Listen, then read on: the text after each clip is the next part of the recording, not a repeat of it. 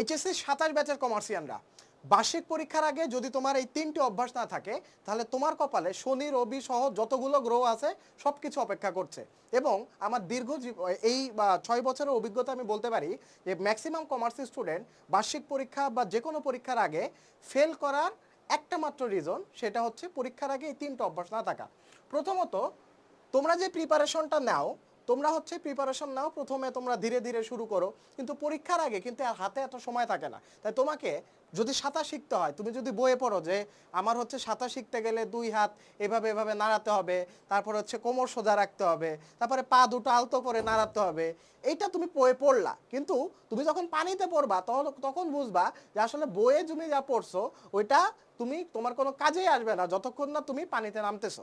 তো তোমার পরীক্ষায় ভালো করতে গেলে অবশ্যই পরীক্ষার আগ দিয়ে তোমার শর্টকাট প্র্যাকটিস বেসড প্রিপারেশনের কোনো বিকল্প নেই। তুমি যদি পরীক্ষার আগের রাতে যে মনে করো কি বলে ওটাকে আর্থিক বিবরণী কি জিনিস, আর্থিক বিবরণী কাহাকে বলে, আর্থিক বিবরণীতে হিসাব বিজ্ঞানে ইন্টারন্যাশনাল অ্যাকাউন্টিং স্ট্যান্ডার্ড 1 অনুযায়ী আর্থিক বিবরণীকে 5টি ভাগে বিভক্ত করা হয়, এই জিনিস যদি তুমি পরীক্ষার আগের রাতে পড়া শুরু করো বিসমিল্লাহ বলে, তাহলে দেখবা তোমার শেষ করতে করতে তোমার ওই গোড়াই গলদ থেকে যাচ্ছে। হ্যাঁ, এবং যা তুমি শেষ করবা বা যা পড়বা ওইটা পরীক্ষার হলে কিছুই পাবা না। হ্যাঁ, তো এই ট্র্যাপটা থেকে বাঁচতে তোমাকে অবশ্যই প্র্যাকটিস বেসড প্রিপারেশনে যেতে হবে। কোনো কনসেপ্ট দরকার নেই, কিছু বোঝার দরকার নেই।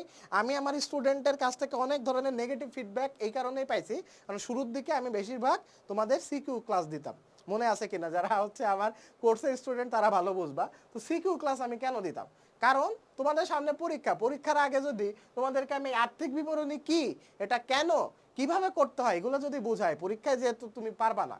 হ্যাঁ, হয়তো বা তোমার ধারণা হবে, কনসেপ্ট হবে, কিন্তু তুমি যদি ডিরেক্ট আর্থিক বিবরণী সলভ না করা শিখো, যদি তোমাদেরকে আমি সিকিউ সলভ না করাই, এমসিকিউ সলভ না করাই, তুমি পরীক্ষার হলে যে কখনোই বুঝবা না যে পরীক্ষার কোশ্চেনটা কেমন হয়। তাই তোমাকে প্র্যাকটিস বেসড প্রিপারেশন নিতে হবে। কি নিতে হবে? Practice based preparation. বুঝাবুঝির গোষ্ঠী তুমি মনে করো এই পাশে ফালায় রাখো, বুঝাবুঝি এক পাশে রেখে তুমি ডিরেক্ট প্র্যাকটিস করো। ডিরেক্ট সিকিউ এর টাইপ ধরে ধরে, এই যে টাইপ ভিত্তিক, এই টাইপ ধরে ধরে তোমরা সলভ করে ফেলো।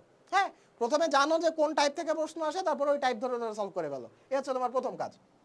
দ্বিতীয় অভ্যাসটা হচ্ছে trial and error method follow করা। ট্রায়াল অ্যান্ড এরর মানে কি? ধরো তুমি একটা জিনিস পরীক্ষা দিচ্ছ বা ধরো তুমি একটা সৃজনশীল সলভ করছো, তো যে জায়গাটা আটকে যাচ্ছ ওই জায়গাটা একটা লাল কালি দিয়ে মার্ক করে রাখো বা লিখে রাখো যে কোন সৃজনশীলটা তুমি আটকে যাচ্ছ এবং কোন জায়গায় তোমার আসলে সমস্যা হচ্ছে, ওটা তুমি লিখে রাখো, একটা লিস্ট মেনটেন করো। তো ট্রায়াল অ্যান্ড এরর মেথডে কি, তুমি যেটা তুমি লিখে রাখলা ওইটা যখন তুমি আবার সলভ করবা, তো হিউম্যান ব্রেন এত কিছু বুঝে না, হিউম্যান ব্রেন বুঝে রিপিটেশন। অর্থাৎ একবার ধরো আমরা হচ্ছে ভেতো বাঙালি, তো আমরা হচ্ছে হাত দিয়ে খেতে পছন্দ করি। তো হাত দিয়ে খাওয়ার পরে তুমি যখন একটা বাইরের দেশে যাবা বা যখন তুমি ফ্যান্সি কোনো রেস্টুরেন্টে যাবা, তখন তোমার কাঁটা চামচ দিয়ে খেতে একটু তোমার আনকমফোর্টেবল লাগবে। কিন্তু কাঁটা চামচ দিয়ে যখন তুমি খেতে থাকবা এবং বারবার যখন তুমি খেতে থাকবা বা প্রায় তোমার যখন কোনো ফ্যান্সি রেস্টুরেন্ট বা তোমার বাইরে যাওয়া হবে বা চাইনিজ রেস্টুরেন্টে যাওয়া হবে, তখন কিন্তু কাঁটা চামচে তুমি ফ্যামিলিয়ার হয়ে যাবা।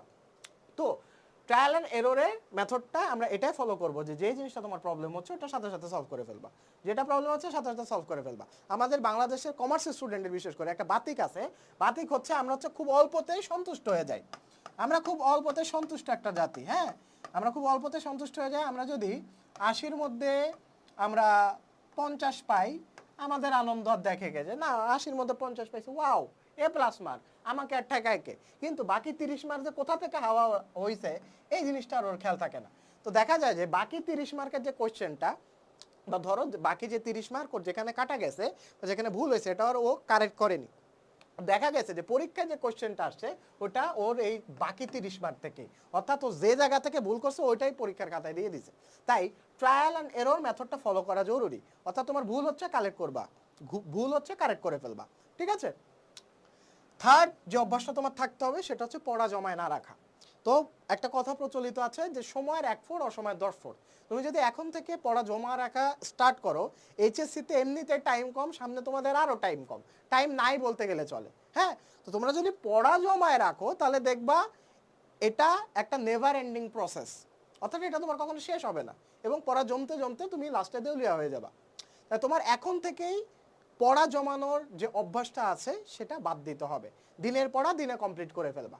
ঠিক আছে, আর যাদের হচ্ছে ধরতে সমস্যা হচ্ছে যে কিভাবে শুরু করবা, কোথা থেকে শুরু করবা, আসলে কমন পাবো কিনা, হ্যাঁ এতগুলো বই, দুইটা তিনটা বই, দুইটা তিনটা প্রাইভেট, দুইটা তিনটা ব্যাচ, তারা আমাদের এইচএসসির টাইপ ভিত্তিক কোর্সটা করতে পারো।